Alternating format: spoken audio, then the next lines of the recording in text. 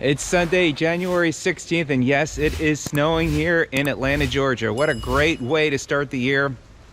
Atlanta is known as Hotlanta, but no, today it is snowing. How awesome is this? So we're going to get snow for just a little bit more, so we're not going to get a huge accumulation, but nonetheless, it is beautiful here that it is snowing. And so are the birds enjoying this snow and having some food, as I'll share with you some video of the birds enjoying their food here.